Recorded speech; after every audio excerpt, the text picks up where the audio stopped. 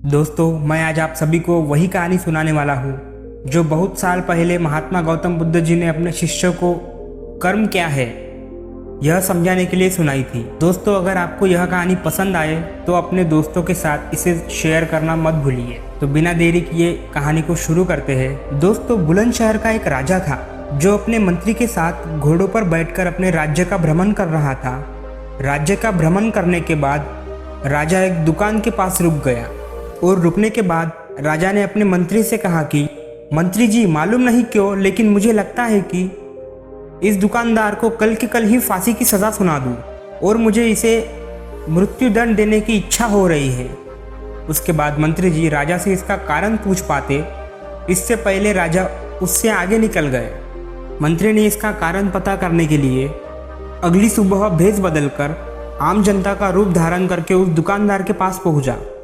और वैसे तो दुकानदार चंदन की लकड़ियां बेचने का काम करता था। इसके बाद मंत्री जी ने दुकानदार से पूछा, भाई आपका काम कैसे चल रहा है? उसके बाद दुकानदार ने कहा कि भाई बहुत ही बुरा हाल चल रहा है।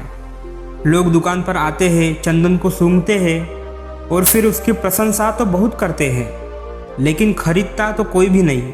और उसने आगे बताया कि मैं सिर्फ इसी इंतज़ार में हूँ कि कब हमारे राज्य के राजा की मृत्यु हो जाए और उनके अंतिम संस्कार के लिए मेरे दुकान से बहुत सारी चंदन की लकड़ियाँ खरीद लिया जाए और शायद वहाँ से मेरे चंदन की लकड़ियाँ बेचने का व्यापार में थोड़ी बढ़ोतरी हो जाए और मेरा व्यापार भी अच्छा हो जाएगा।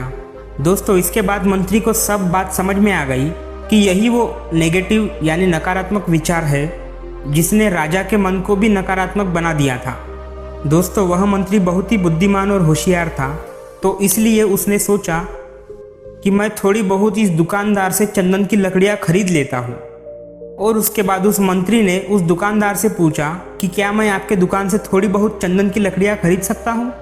दुकानदार यह सुनकर बहुत खुश हो गया और उसने सोचा कि चलो, इतने समय से कुछ भी नहीं बिक रहा था। और उसके बाद उस दुकानदार ने कुछ चंदन की लकड़ियों को अच्छी तरह से पैक करके उस मंत्री जी को दे दिया।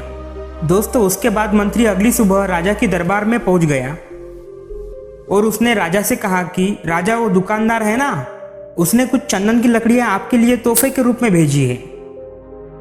यह बात सुनकर राजा बहुत खुश हुआ और मन ही मन सोचने लगे कि मैं बेकार में ही उस दुकानदार के बारे में गलत सोच रहा था।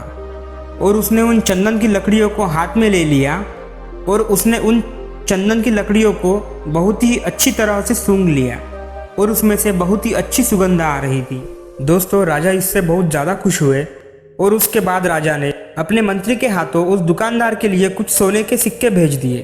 उसी आम जनता का रूप धारण करके मंत्री जी अगली सुबह उस दुकानदार के पास चले गए और उसने वह सोने के सिक्कों को उस दुकानदार को दे दिया।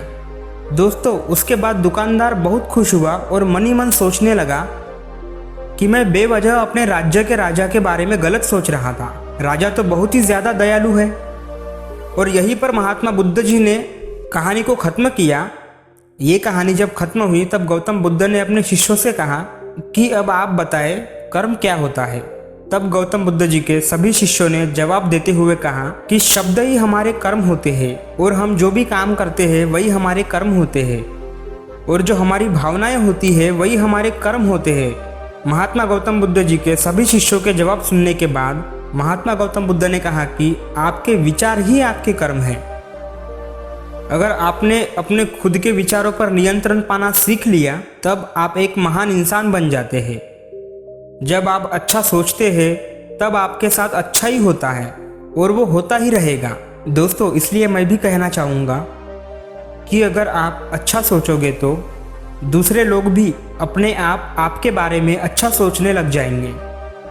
दोस्तों, अगर आप चाहें कि यह महात्मा बुद्ध जी की बातें और लोगों तक भी पहुँचे तो कर्म क्या है और कर्म किसे कहते हैं, इस लाइफ चेंजिंग वीडियो को आप दोस्तों के साथ ज़रूर शेयर कीजिए। और यह कहानी आपको पसंद आई होगी तो नीचे कमेंट बॉक्स में कमेंट करके हमें ज़रूर बताएं कि यह कहानी आपको कैसी लगी। धन्यवाद दोस्तों।